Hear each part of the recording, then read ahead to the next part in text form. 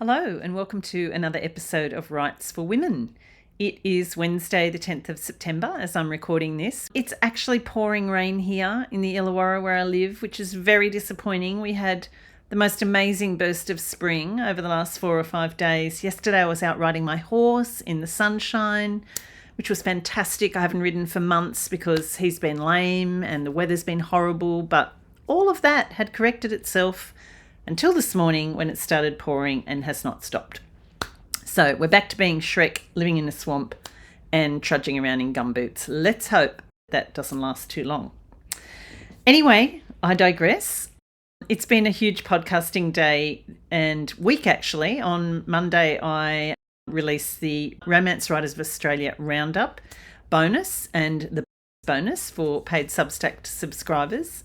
And it was great to actually review all my notes and to put those into a summary form and put them out for the podcast. So I hope if you caught that, I hope you enjoyed it. If you haven't caught that yet, that is there waiting for you. And there's some great tips there, even if you're not a romance writer, for you to take away and to process and do what you will with. I've had a fabulous chat just today with Jodie Gibson. Jodie's been on the podcast before, and I've been feeling like Jodie and I have been on a very parallel journey in terms of our creativity and what we're doing on Substack. I'm loving Jodie's Substack.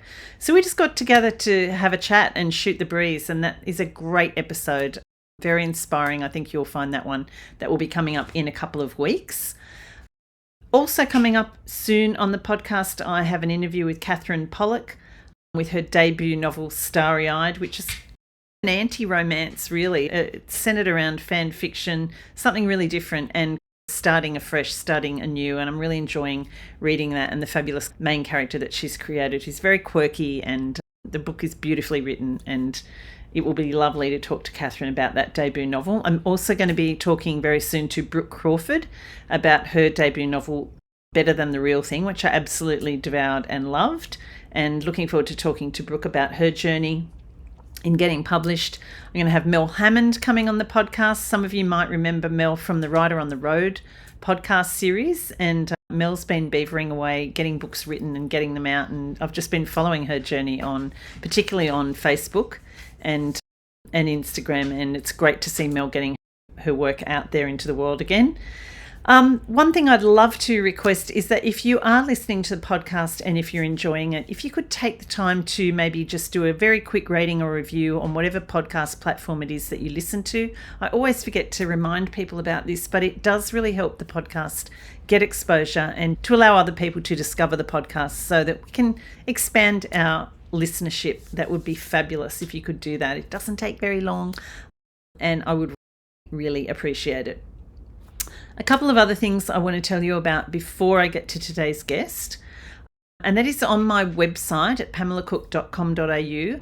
I have just uploaded a bunch of short courses. They're on-demand courses. Now, these were originally part of a longer course that I taught over the last couple of years.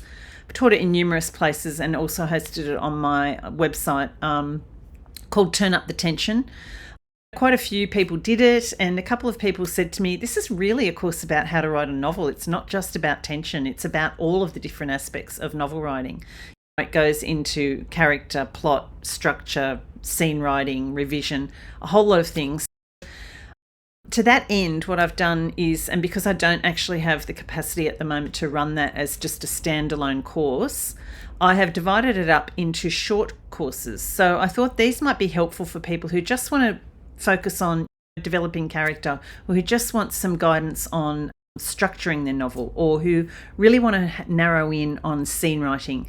There is also a kind of separate mini course focusing particularly on tension, and that is all there as well. They're very reasonably priced. They're just do it at your own convenience, do it in your own time, and they're up there on the website, pamelacook.com.au/courses. You can find all those, easy to register, download, and just bang, do them. And hopefully if you do one and you like it, you'll come back and do another one. If there is anyone out there who is listening who has done the Turn Up the Tension courses, it is exactly the same material, so no need to redo them. So that is up there. The other thing that is on my website is an expression of interest form. You can register for a retreat for next year. I'm calling this the Write and Shine Retreat. So it's going to be all about not the two aspects really of writing, both getting some words down, really focusing on drafting and writing, but also there's going to be specially tailored workshops, just one per day over the course of 4 days, which will be tailored to the needs of those who attend. I haven't set an actual date or a venue yet, but it will be somewhere not too far out of Sydney, hopefully within an hour or two, a couple of hours of Sydney. And I am planning it for March next year, 2026. I kind of want to get an idea of interest and numbers. So if it's something you think you might be interested in, you can pop onto the website and register your interest. It's not a commitment. It's just to give me an idea of who might be interested and just to gauge numbers. I need to have a minimum number of people before I run that course. If you've done a retreat with me before, this one's going to be different.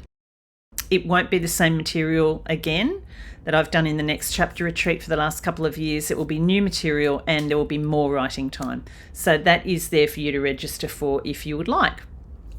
For paid Substack subscribers, just a reminder, we do have a write-in next Tuesday, September 16 at 7:30, where we all just get together and do a writing sprint. We're going to do that for 50 minutes, and then those who want to hang around, have a writing chat. If you'd like to join us for that and you're not yet a paid subscriber, easy to sign up on Substack. Now, today I have two very special guests because I have a guest host, and that is Laura Boon. Laura is a fabulous editor. She is one of my writing buddies in the Inkwell. Laura is also a beautiful writer of romance novels, and she's been talking to me about a fantastic book that she had the privilege to work on, and they are her own words. And it's called Etched in Gold, and the author is Uma Srinivasan. Unfortunately, I didn't make it to the launch of Uma's book in Sydney, but listening to Laura and editing this episode today is something I definitely want to read.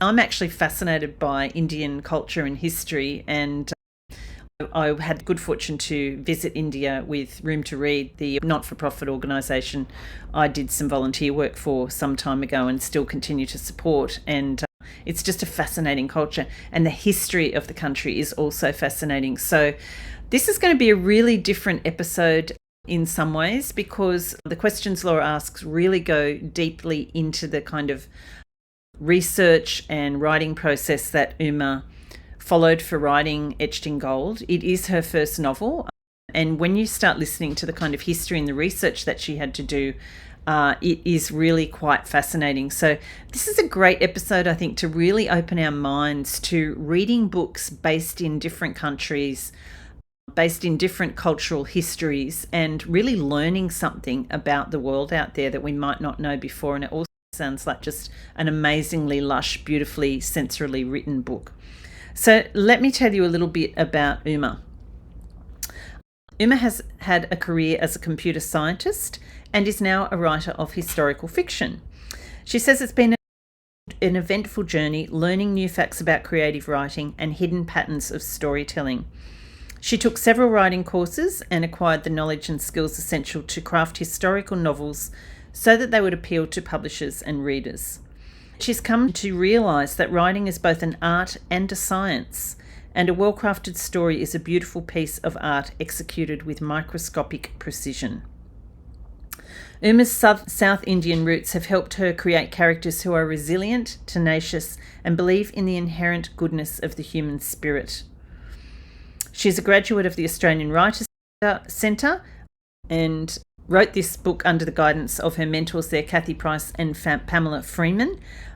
And I'm sure that you'll agree once you've listened to this interview that Uma's story is absolutely fascinating, and it's fantastic to see someone starting a new career and embracing their creativity when they've finished a previous career.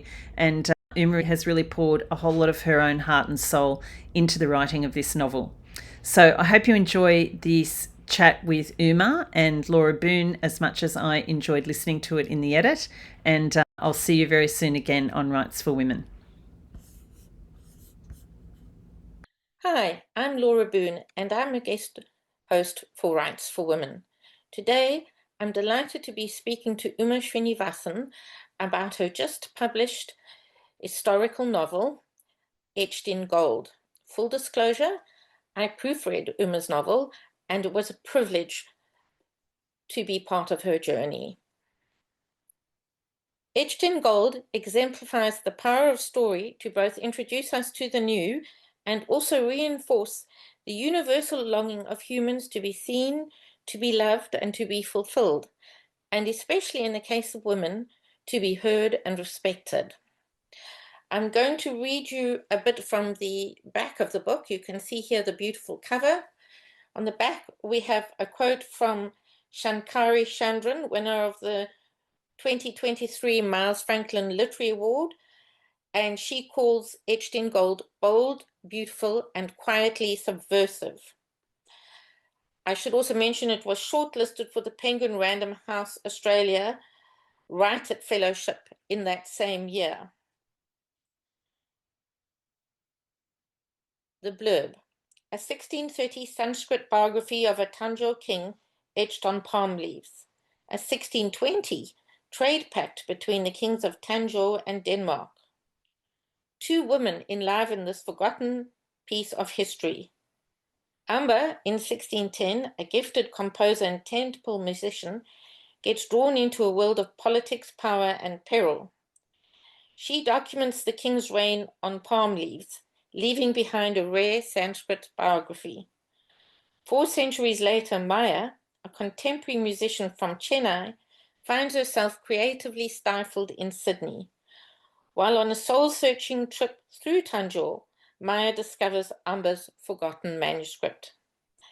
Etched in Gold is a novel about cultural memory, artistic defiance, and the enduring legacy of women's voices. Welcome, Uma. Here is your beautiful book. Thank you, Laura. Thank you for having me on this show. Uma, your tagline is 2 journeys, 4 centuries, 1 song of freedom. When I say it, I still get that first shiver that ran up my spine when I read it, because it's just encompasses everything about the book and about your characters' journeys. Could I ask you to please read us 2 short pieces from the book, one that introduces Maya and one that introduces Amba, who are your 2 main characters? Thank you. What I will start with Maya. Yes. Maya is the modern young woman from Sydney. She moves from Chennai and she moves to Sydney. So this part that I'm reading is, she is a musician. She comes with big dreams of being a musician. And then 3 years she's married. 3 years later, she goes back to Madras to visit her mom, Vijima. So this is her visit after 3 years in Sydney. This is chapter 13. Maya is in first person and Amba is in third person. Maya. I brewed a large pot of spicy chai and piled a plate with crisp, savory murukus I had bought at Krishna Snacks and Vijima's favorite Australian Tim Tams. As always, my mother Vijima sat on the balcony in her favorite cane chair, feet stretched out on a footstool, immersed in Kalki, the Tamil weekly. The evening sun was giving way to the hesitant sea breeze. I placed the tray on the side stool and grabbed a crunchy murukku. Vijima said, Maya, you left Chennai 3 years ago, but Chennai has not left you. How can the city of my childhood leave me, mother? I held up a Tim Tam. I have best of both worlds, Australian Tim Tams and Madras Murukku. Vijima said, I hope you have more than Tim Tams in your new world. I got worried about the way you carried on about marriage being a trap. Is marriage the problem, or is something else holding you back? I hope Deepak is caring and loving. How could I tell Vijima that Deepak was a wonderful lover, but not a caring husband, because he hated my music? I escaped into the bedroom and fetched the book I had bought for Vijima at Higginbotham's, the bookshop on Mount Road. I thought you might like this book, Chronicles of a Portuguese Merchant who visited Vijayanagar and Tanjore in 1520. Vijima browsed through the pages. Maya, looks like the history bug has caught you too. The Diary of a European Merchant is an interesting find. It might offer a new angle to my essay. Vijima is a writer too. He writes little articles in Tamil. I said the Tanjore Nayakas have aroused my curiosity. Did the magazine ask you to write about the Tanjore Nayakas? No, all they wanted was a feature about forgotten history of South India, Vijima said. I chose the Nayaka period because of their significant contribution to music and art. Tamilians know about Cholas from the brilliant novels of Tamil writer Kalki, but Nayakas have remained hidden. Vijima's eyes took on a softer expression. I think the Tanjore Nayakas were the wisest. When the neighboring king of Ginji flirted with the Portuguese and procured their weapons, Raghunayaka of Tanjore married the Ginji Nayaka's daughter, Princess Kalyani. I broke into a loud guffaw. Checkmate. King Raghu is quite a character. Married the plotting king's daughter, avoided the Portuguese, wooed the Danish. This is world history, Indian style. That's lovely. Thank you. So now going to Amba. This is right from one of the early chapters introducing Amba from chapter 2. Amba wove through the crush of people hanging around the courtyard of the big temple, Periya Kovil, after the morning puja, gliding through the sea of shiny saris and colorful turbans. Her mother Paruma was right behind her, puffing and panting, trying to keep up with Amba. The air was dense with the pungent odor of sweat mingled with jasmine. Tanjore women rarely went out without jasmine entwined in their hair. Amba's stomach churned as she tried to shake off Paruma's tight grip on her elbow. They were headed to the music palace, Indira Mandira. It was easily accessible from their tiny house, tucked in a narrow street behind the western arch of the temple. Rather than walk on the muddy streets, gathering a border of brown dust on her ankle-length yellow silk pavade, Amba cut through the paved temple courtyard and exited through the eastern gate. Her long frilly skirt billowed around her waist as she twirled around and entered the main street leading to the music palace. A tremor ran through her body. This was her moment to take on the snooty scholars of Tanjore and challenging their notions about temple musicians being amateurs. Amba would make them sit up and listen to her compositions. Her jaw clenched with determination as they approached the gates of the music palace. Amba was here to win the Tanjore music and literary competition and gain the freedom to enter the world of scholars, freedom to compose and to perform beyond the boundaries of the big temple, away from the constant clang of temple bells. Every devotee who walked into the big temple yanked the rope tied to the clapper, forgot Shiva to fulfill their demands. At times, Amba wished she could shove little balls of cotton in her ears and block the reverberating sounds that hung in the air long after the first toll. But this morning, for the first time, she felt the vibrations of the bell resonating like the strings of her guru's perfectly tuned tanpura. For 10 years, she had followed his every instruction. That's lovely. Thank you, Uma. So that's an introduction to the two main characters, Maya and Amba. And can you tell listeners a little bit more about the book and how they connect? The book was inspired by this beautiful palm leaf manuscript that I happened to cite at an ancient Tanjore library. And then when I found it was written by a woman scholar of 1630, I was hooked and I wanted to know more. So that's how it started.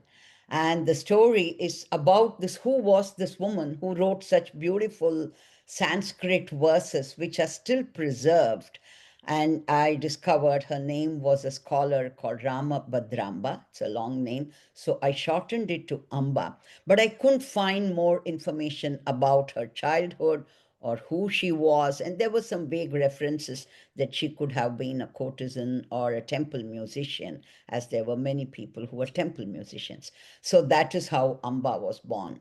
So first it was her story that I wanted to write, that in 1630 there was this woman scholar who had written this beautiful Sanskrit biography. So she was obviously a composer and knew Sanskrit. And then my further research revealed that she was recognized during her own time and other people had talked about it. Then obviously she was a recognized scholar. So I had to write about her. But then I said, who's going to be interested in a 1630 ancient scholar from a remote place called Tanjore?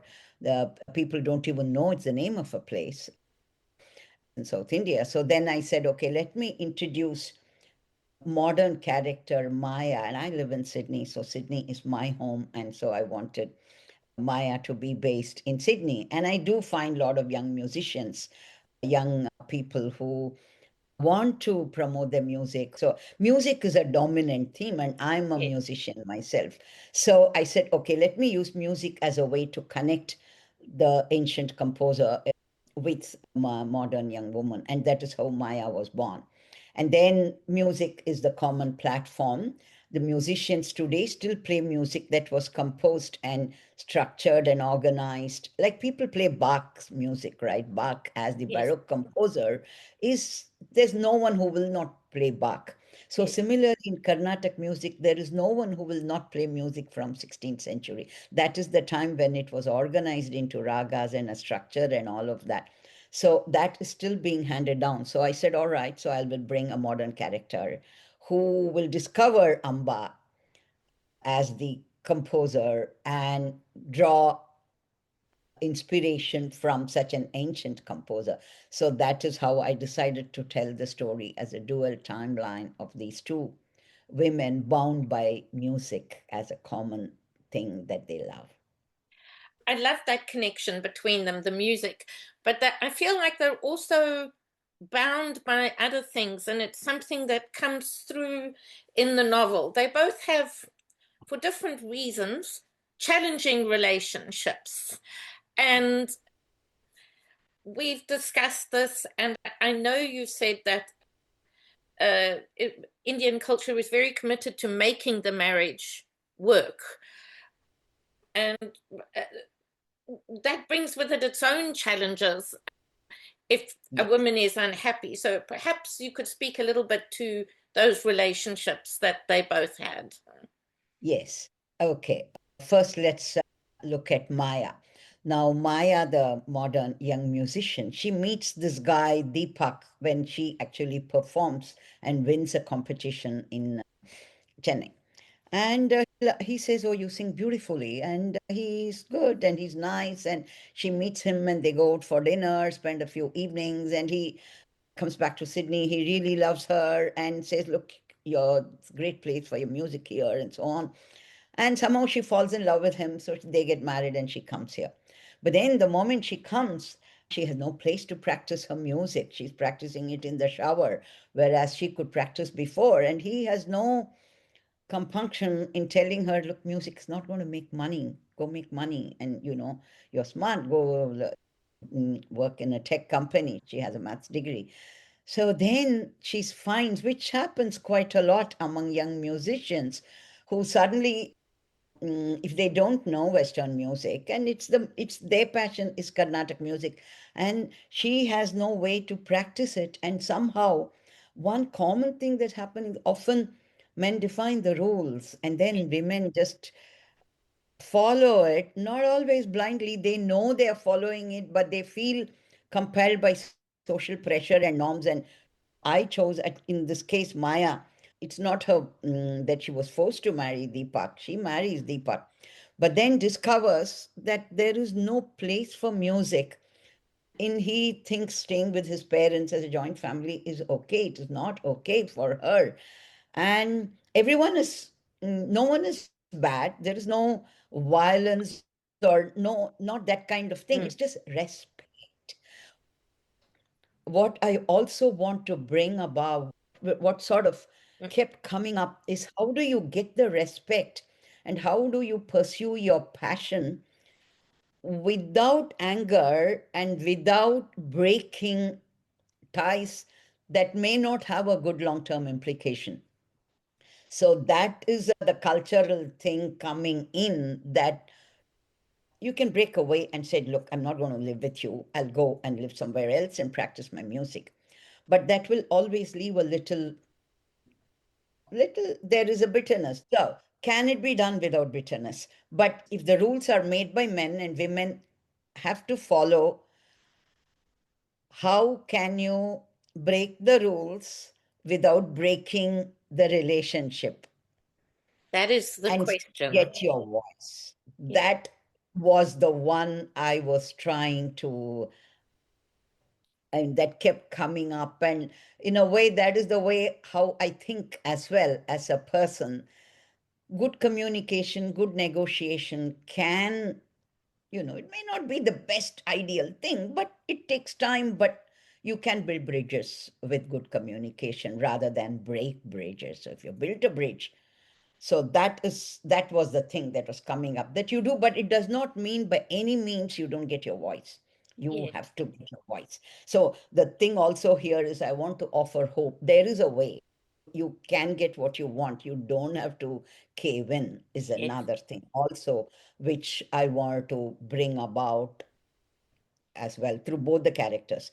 Now, when it comes to Amba, she is a temple musician. One of the things she wants is somehow temple musicians had a particular role. They were allowed to sing only in the temple. And so they could not become composers, and that too in 1630, it's male dominated. And but even now, there is a glass ceiling, and we do need to make our ways. I'm a scientist, so I have often been the only woman in when I was working at CSIRO and many other places. So you are always in the minority finding a voice which doesn't sound like a male voice or Yes. doesn't even so anyway, Amba. So when she wanted to get out of the temple, then when the king of Tanjore heard her at the temple and loved her and invites her to become his personal music composer. So she goes with big dreams. She's going to be his personal music composer.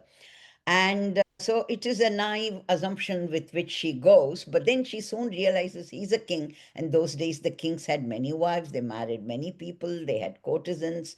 And she did not want to become one of them because she is talented. She could compose in many languages and she wanted to keep asserting that, which made her very unpopular, but she nevertheless pursued. And as you read the book, I won't give things away. So she did have a hard time. She went through Mm.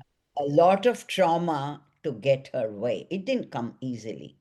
But her talent was real, which the scholars of her mentor and her guru recognized. This is there is genuine talent, and somehow so there was a little bit of help in finding a place, but they did have to fight for that space. And so that is it is a struggle, and they do have to negotiate. Yes, and it was very interesting how they both had to negotiate and change Amber from being maybe, as you say, perhaps too aggressive in some instances to her own detriment, and Maya, on the other hand, maybe being a little bit too timid, again, to her own detriment. And they had to find the way through, which is really the fascinating part of the book.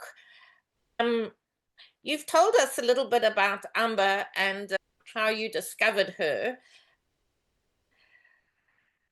What did researching Amber remind you about the role of women in history or the presence of women in history?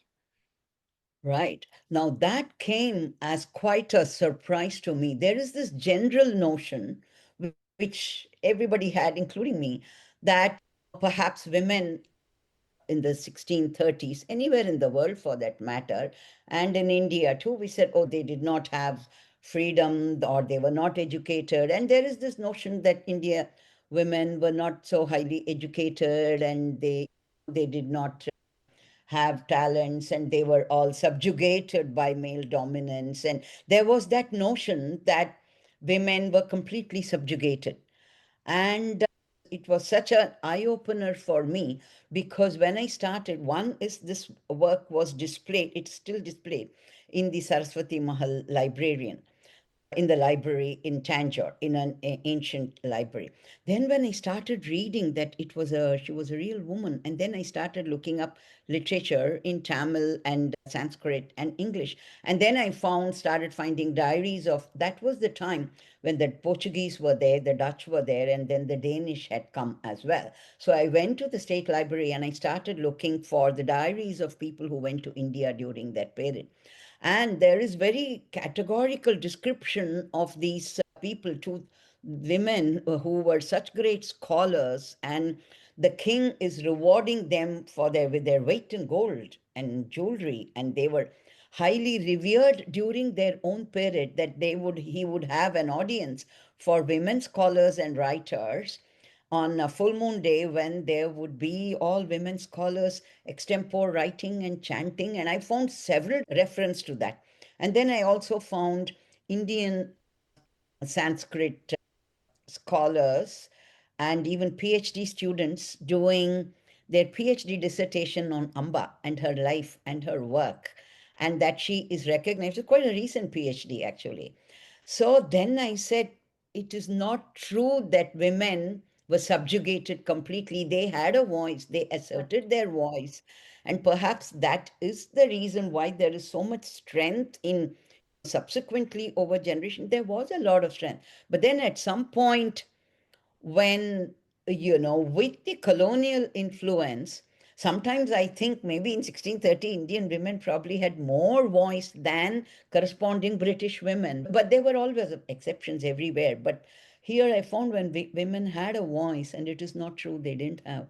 But given that they had so much voice over the centuries, one would have thought it would have increased and Yes. increased and would be at least equal to men, if not better than them. But that is, I find, has not happened. And sometimes, even over the generations, for instance, now I have retired as a scientist, and one, my daughter is a scientist, another is an engineer. And other number of people changed in the board when you are sitting there. The number of, unless they do it very consciously, they're trying to bring in more women. Has the women's voice changed? The rules are still being made by men, and the women are still following in Indian or Western or anyone for that matter. There was this ABC TV show called Misrepresented, which Yes. is all the female politicians. So things have not changed all as much as one would have thought. So that came as a total surprise when I did my research. That's very interesting and certainly something for us to think about, and something I think that women are really trying to do now is to, in theory, we have protection and the laws are in favor of equality and all of that, but in practice the playing field is not level, and that's what we have to Yeah, work on now. exactly, exactly. Now, Yeah. just staying on the historical side of things, the historical action actually takes place before the British took control of India, when the subcontinent was still a collection of India independent kingdoms. But European nations were already in India trying to fight for wealth and resources. And you really weave this into the background seamlessly. I loved how you do that. That's just part of the story. But can you tell us a little bit more about the Kingdom of Tanjore, the relationship between the kingdom and European powers, and how the King of Tanjore came to sign an agreement with the King of Denmark? I didn't even know Denmark was in India. Yeah. That is another interesting find. When I went to Tanjore, when I was doing my research, so I was reading about this various people. We knew Portuguese had come. You see, the Dutch and the Portuguese were the first to come. They went to Ceylon, which is current Sri Lanka. They went there, and then the South India is like a peninsula, like we. The eastern part is Tanjore, the western part is Malabar and Goa, and so the Portuguese had come from the west, come to Sri Lanka, and then they had come here. But the Portuguese, while they came to trade, but it was not just trade. They had guns and they were trying to subjugate. There was a lot of war going on, and Portuguese were causing a lot of chaos in the then Sri Lanka. And in fact, the Sri Lankan king, it being very close to Tanjore, had requested the Tanjore Nayaka king to help him. They were childhood friends who learnt the art of being a king together. And so then this king actually helped the Sri Lankan king to fight the Portuguese. They actually defeated the Portuguese. These people had an elephant battalion, and the Portuguese had no way of winning that. So they had actually defeated them and pardoned them. And they said, okay, they've come for trade. They really did not think of them as aggressors, they thought of them as foolish traders. And the Portuguese were defeated. So he sent them off. But the Portuguese were training the local militants and supplying arms and causing chaos, which is how most of this happens. There'll always be one militant group. So he had a good control over that. And he knew the Portuguese were trying to play some tricks and so on. So the Dutch was there, the Portuguese were there at that time. The British were there more in the northern part of India. So British were more into wealth, and these people were more into spice trading, so they came here. But then Danish is a very interesting point. I came across this because, again, as I started reading more and more about this, I started from this woman Amba, then she had written about this king, and then when I started reading about the king, then I found that the king had signed a formal trade agreement with Denmark. And then I found there is a Danish fort very close to Tanjore. So I then went there. So it was really like a treasure hunt and like a Yes. trail, like a research trail. So I went to Tranquebar. That place is called Tarangambadi, the town of singing waves, and Tranquebar. And there I found this great Danish fort, which is like Hamlet's fort, more or less on the same model. Then I said, oh my God, and they have a replica. And when, again, it's all a lot of digging and research, I found there was a formal trade agreement. How this happened was this king decided all these traders are causing trouble. I will conduct trade if the king sends an envoy, not random traders. Right. So that is how he said, a king will speak to a king and not to a trader. So that was his wisdom in that sense. And it also happened that the Dutch traders who had already come to Sri Lanka and India went back to Denmark, and they convinced King Christian IV apparently also wanted to expand and go and do trade. So the envoy then came. These people said, "It's you're from the king, then we will talk." And that is how he forced the hand. And there is this formal trade agreement, which is still there in Denmark. Then, of course, I went to Denmark, I went to Copenhagen, I talked to the museum people, and they showed me the original is there, and a copy is in the Tranquebar Museum. The Tranquebar Fort now in South India is uh, it's a museum, and it stands right there on the fort. So 1630 it was built. And it's all written in Portuguese and Tamil, and I went and translated. It's just amazing. It's a big agreement formally trying signed, I think 1620, between the two kings, which is so totally unusual. So the way the British colony came, the British East India, that went and in the name of trade had an army, did everything, and it became British under the king, the Raj, only after the Indians had what Indians call the War of Independence and the British called the Mutiny, when they wanted the British to go away. But all this happened much before. It was between the two kings. And Danish, so they actually came for trade, but they sold out all their interest to the British East India because they could not be financially viable. And then later, this fort became a garrison fort for the British where they had arms. And this was a trading fort with the Danish. So that is the way the history evolved. Europeans were bringing their wars as well here. So the Portuguese were fighting the Dutch, Portuguese were fighting the Danish. Later on, the French were fighting the Europeans. Came, they brought their wars also here. But somehow this Tanjore king managed it without a war in Tanjore. And that's why I was fascinated by Tanjore and that history and that period. That is fascinating. And I love the way we've been talking about the actual history here, but as I said, that's weaved into the backstory. But Amba, in the story itself, Amba develops a friendship with the Danish captain, which is wonderful. See, one of the things that allowed me to imagine that part was Amba says she's a linguist and she has written herself, I'm a linguist who knows. She says 16 languages. Now, I could not quite figure out what those 16 Indian languages, I could still put eight together. And then, so that allowed me to imagine that she knew the foreign languages, as there were all these Portuguese, Dutch, these people were there. And so she becomes the king's interpreter in these languages. And anyway, the traders all spoke Portuguese because the king was worried. He didn't want more foreigners to cause chaos. So she takes on this role of trying to find out about this the Danish trader who has come. Is he genuine or are they going to cause trouble? So there is all that. It's all woven into the book. You'll have to read the book to see those things. So, Uma, how did you take all this huge historical information, all the knowledge you'd gathered, and pare it back to fit into a novel? What did you use? How did you decide what to leave in and what to take out?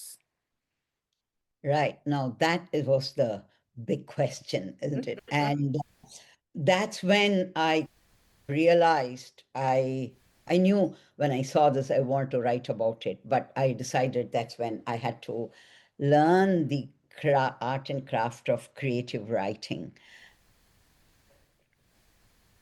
That I realized otherwise I'll be just jumping all over the place. And I did write a few like short stories and so on. But then to really focus on what is the story I wanted to tell. So one, it was clear I wanted to tell the story of Amba and how she navigated the environment of Tanjore. So I wanted to bring out the environment of Tanjore, what was happening, all these Europeans, we talked about it. They were there at that time. But that was also the time the music was standardized. Carnatic music was standardized. So Amba, Carnatic music, and the Europeans being there in Tanjore were key things which I had to keep. That became clear. Now, but how to connect it, how to do it, I did it in two ways. One is so doing the research, knowing this is what I want, and then the Danish presence there became such a curious, interesting fact, which came from my research. When you find something so unusual, you've got to put that in because that is the spice. So I started adding that bit by bit, but how to write the story, I decided I would take proper creative writing courses. And then I took the courses. And as I started writing those assignments, then I knew I had to pare down some bits and add some more bits. And it evolved. Okay, so you isolated the important things and then focused on building yeah, around those. yeah. And it's always good to take courses, I think, and to get a mentor or some inspiration from someone who's been down that road before you.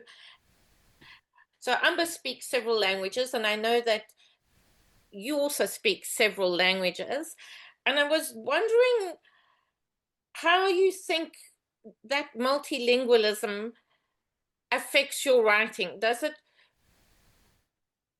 give you a broader vocabulary? Does it give you a different perspective? Because languages so often reflect culture, don't they?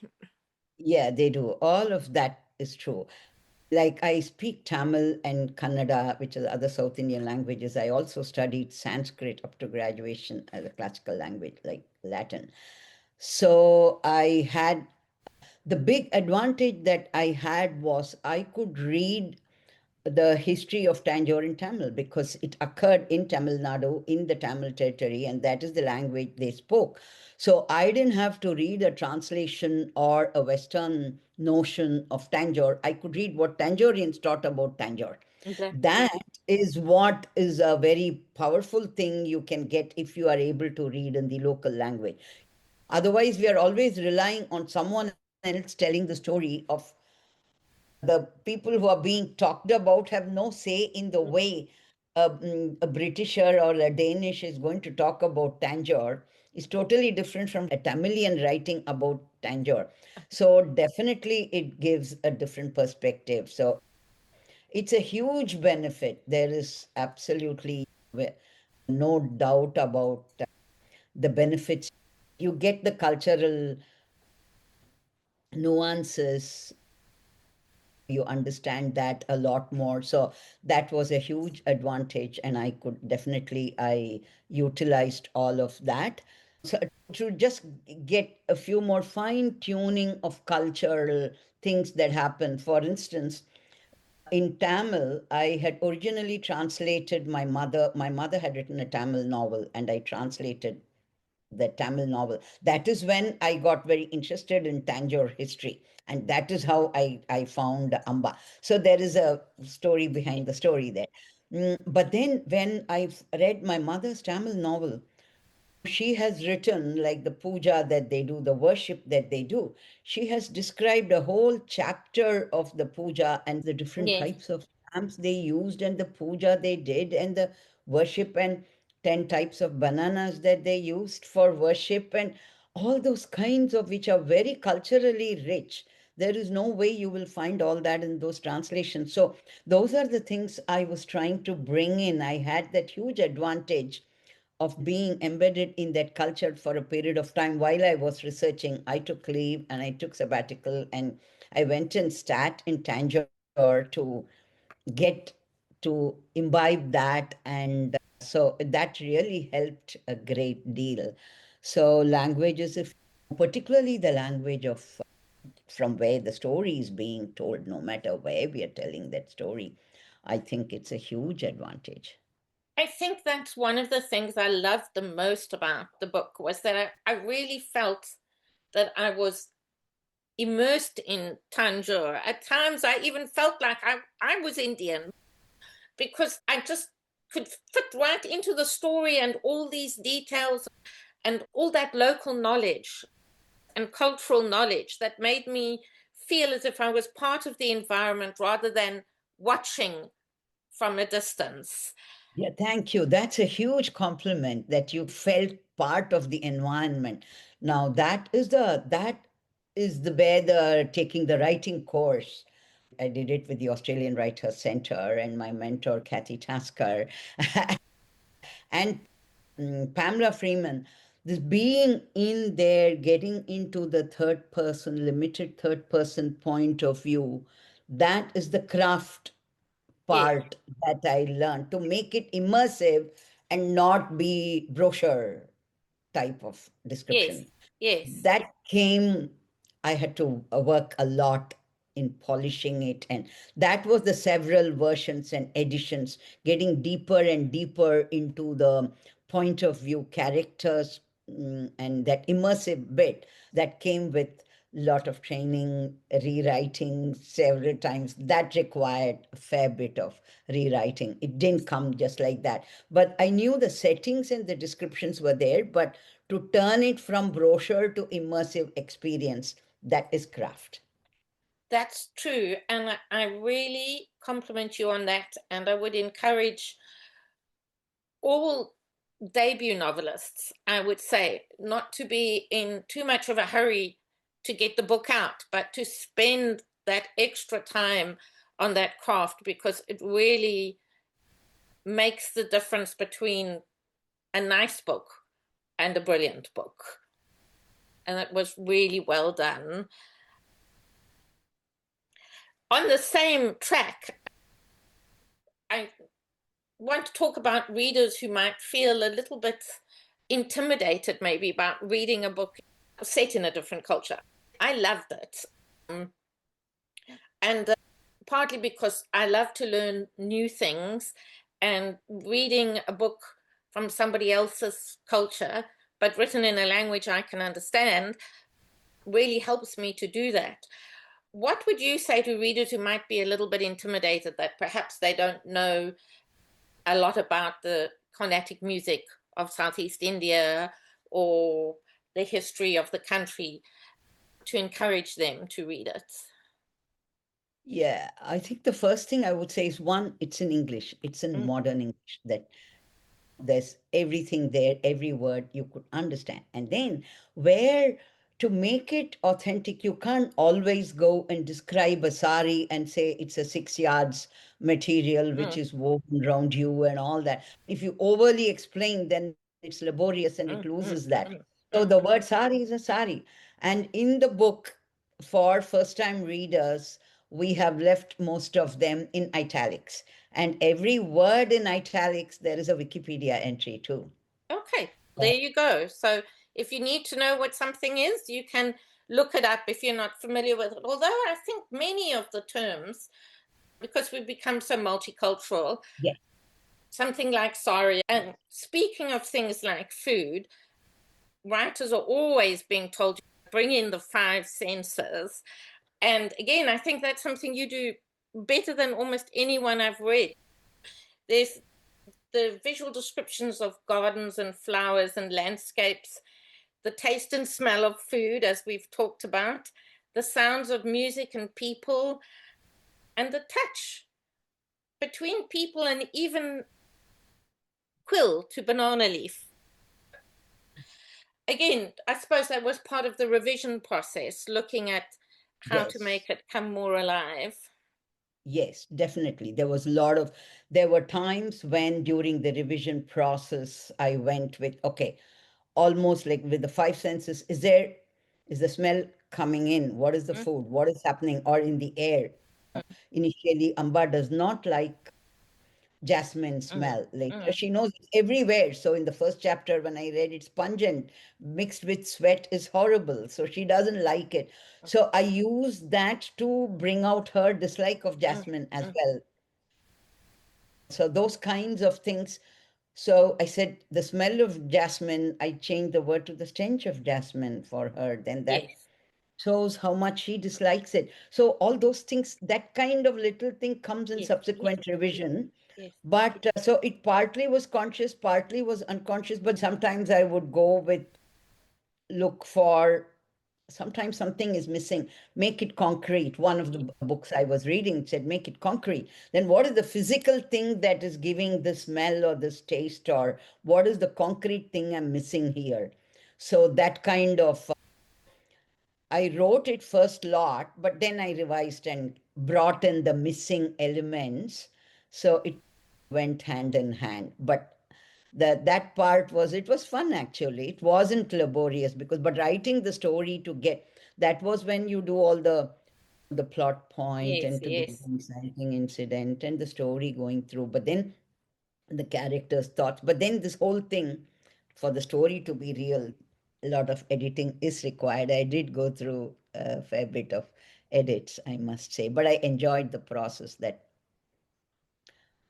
yeah, but I would immerse myself. Like I would get in the morning. Actually, early morning seems to be better when you really want to immerse yourself, not in the external world, but in the world that you are writing.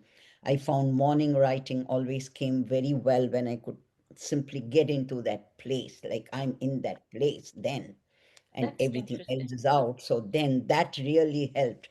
I find my best writing comes out early in the morning if I get to do it regularly. Okay, that's interesting. And how many years did you work on the novel, Uma? Not just the research, but when you decided to seriously start to write the Right. novel? Decided to seriously write until I completed the first, I would say about 2 years. What happened was, first 1 year, I almost have had the first draft ready in the first 1 year because that was the COVID year. And it was Right. the COVID year, and I did nothing else. We couldn't go out. I love traveling over the years. I've been traveling a lot, and I write a travel blog as well.